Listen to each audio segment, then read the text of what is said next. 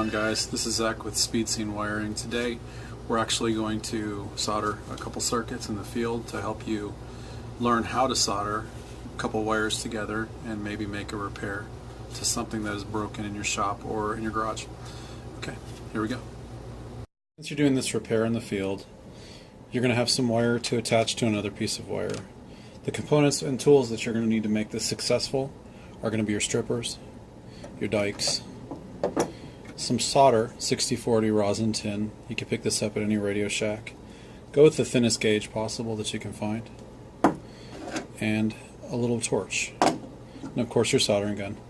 So take the first piece of wire, strip off about a 1/2 inch. Then you're gonna, this is going to be a simulated circuit, so if it's a harness, you're going to open the harness up, find the point that you need to either repair or solder onto, strip it back about 1/4 inch, take the two pieces of wire, line them up with your fingernail, and then roll the wire forward, clockwise motion.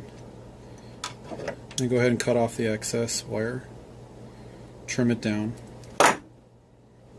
and then take your fingernail and roll any burr that you can feel that's sticking up.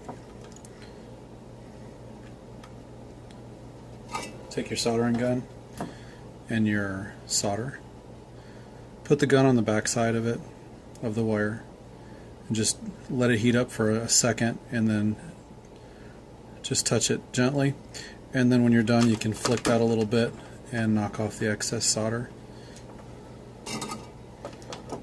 Make sure there's nothing sticking up.